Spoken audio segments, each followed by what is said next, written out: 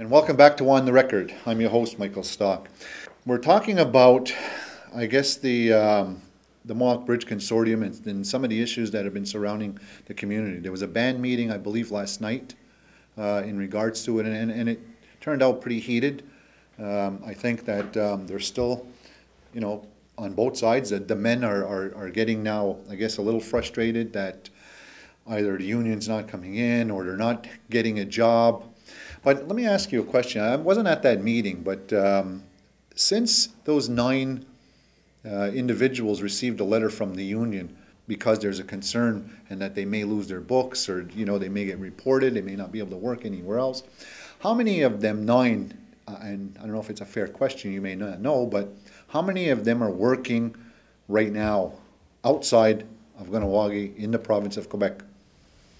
As far as I know, none of them are working right now. That's as far as I know, because in August I had a meeting with Pierre Deroche, and I specifically asked that question to him. Mm-hmm. I said, Mr. Deroche, since those 9 men supported the union, it is your duty to put them to work. I said, as a union, that's your duty. Of course it is. And I said, have you done it? And he says, no. As of the end of August, he hasn't done it. And you see, that's something else. I can understand the men on a job and the union saying that, look, we want union to be there, we want this, we want that, but until they do it, you can't work there. But then what's the alternative? If I'm going to leave and support you, then you need to give me a job. So if I'm leaving today, you should be giving me a job tomorrow. Or at least pay me some kind of a wage, whatever you want it, whether it's going to be a picketing wage or something for me not to be there. And if that's not happening, then shame on the union, because I don't think that they should have put any of the men in that position because they have families. Let's get into that a little bit more, the union situation. I've worked in union, I worked in non-union, good and bad in both situations. But in our situation, they have, as far as I know, 250 plus iron workers in 7-Eleven. And for years I've worked out of Montreal. I didn't work out of 7-Eleven, but regardless, the union, I never could get a job here, ever. What I don't understand is, and I still don't understand, is why is 7-Eleven, and maybe you can't even answer this, and maybe it's just a question to the community, that you belong to a union, you can pay your dues, but you can't work in your own area at all because of all these other cards that you have. Some people obviously have them, but for the most part they don't.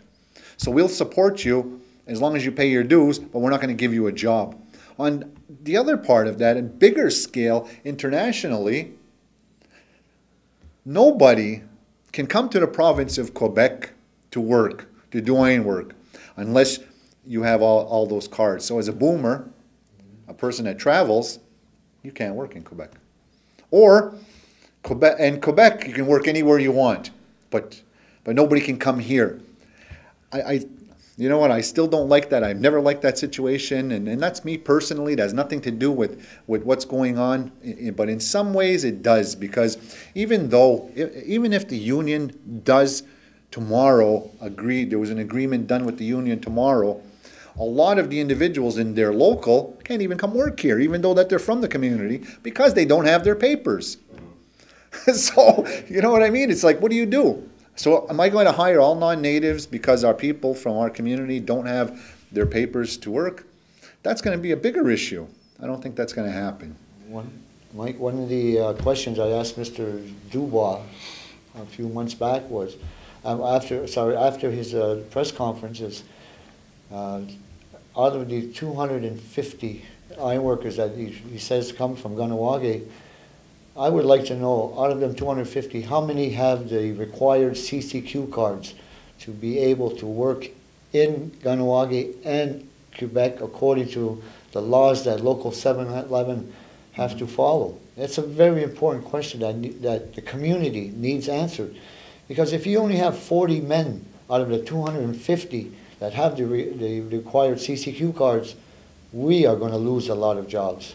a lot of jobs. Well, let's take 7-Eleven out of play for a minute. We have 40, 361, you have 7, you have every other local, that 15, that, you know, there's a lot, Syracuse, and all over the country, as far as, there's, you know, we have people in our community that belong to unions in California, San Francisco, Texas, so all over the place. Can't come work in Quebec. Can't. So even though the union decides to take it, all our Union Iron workers, their cards are useless in the province of Quebec unless they have those cards. So that's, I think, one of the disadvantages, as you say. So does that leave a handful of individuals in our community are going to fight the whole community because they have their cards? I mean, everybody has the opportunity, though, to go and get them. Yeah. You know, there's nothing stopping anybody. Maybe that's something that, some kind of a mechanism we need to have that course or training in our community. But I have a problem when they say that the people that are working there aren't qualified. If I went work there tomorrow, does that mean I'm not qualified because I don't have a union card, but I was a Union Iron worker previously? According to Mr. Dubois, you will not be qualified. Exactly. Or people that have changed professions, you know, like myself. It's been, you know, they've worked for so many years, now they're doing something else. So now they're a job right at home, they can do it because everything is slow, you can't work.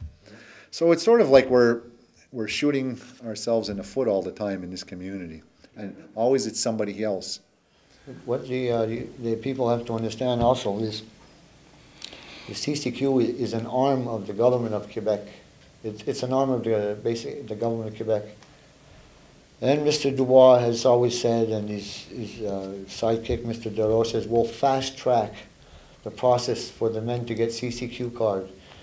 And we know for a fact one of the 9 men that quit the job made an application to get a CCQ cards. And if this is fast tracking, Mike, I hate to see them go on slow, because as of today, he still don't have it. Over 12 weeks, he doesn't have his CCQ card.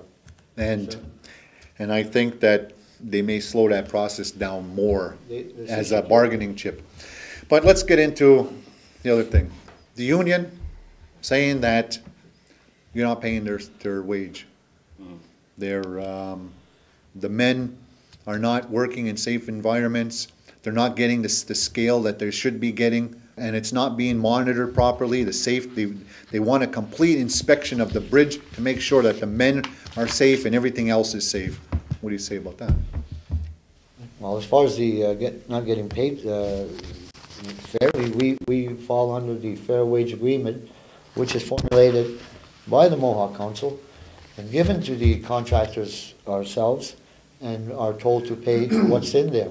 And that's what we've been paying for the last 15 years. Is it compatible with the union wages, though? They get, it's funny, I don't have the one of them, but one of them I have, it says it's modeled after the CCQ rates.